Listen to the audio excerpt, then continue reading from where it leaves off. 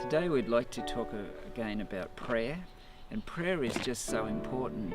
I was recently reading the Gospel of Mark and the other Gospels, and just noticing how many times Jesus himself was engaged in prayer. It says that often he would get up very early in the morning and go out and pray, or else it would say that he prayed all night. And so if Jesus needed to pray, how much more do we need to pray? And I guess that movie, the War Room, illustrated that, the importance of praying and how it brings change in people's lives. Sometimes we think nothing is happening, but God is at work and things do change. And so there is a very good reason for this, because it says in the Bible that we wrestle not against flesh and blood, but against principalities and powers and rulers of the darkness of this world. And so we have to break through and recognize there's a spiritual battle going on. And so that's why we can engage in prayer on several different levels.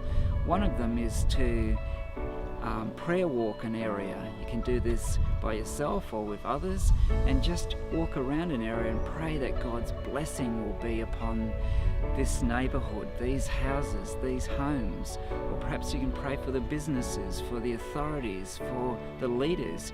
You can pray against anything that isn't of God in the area. And so prayer walking is very important for that reason.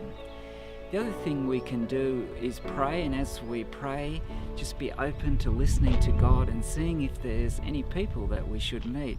Now, there's not many people around here at the moment, but sometimes if you're in a marketplace or somewhere where it's busy, you can be meeting people in a shopping mall. Recently, a friend of mine and I went to a market on the weekend, and we just walked around and we were just praying quietly for the area, talking to people, and just trying to listen and sense if there was somebody there that was really open that we could just pray for. And we did go to pray for a few people, although it didn't open that much, but we'll just persist in doing that. And so when you pray for people, you can also pray just naturally. And if people have a need, like perhaps an illness or a problem, you can just say, "Can I pray for you?" And most people will go, "Okay," and they expect you to go away and do it, or they're not quite sure. Let me suggest that you can just pray quite naturally. You can be talking and then just say, "Father, I just want to thank you for this opportunity, and I'd just like to pray for my friend here," and then just go on and pray for them. And you can even leave your eyes open. You don't have to drop to your knees and get all religious in the middle of a shopping mall or something. You can just make it a normal part of conversation. So praying for people and praying intentionally. You can pray singularly, you can pray in groups.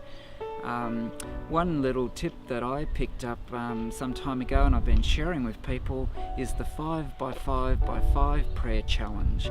And that is, make a list of all the people that you know in your family, your friends, and put a little mark besides those who don't know God well, and then pray about it and ask God, which 5 names should I concentrate on? And then pray for those 5 people for 5 minutes a day for 5 weeks. Seek to talk to them, engage with them, and see if they're open to learn more about Jesus, and then just see what happens. And then at the end of the 5 weeks, review, and you might add some names, you might take some names off. But it's just a very intentional way of focusing prayer on people in our sort of relational stream. So I'd like to encourage us all to be intentional in praying.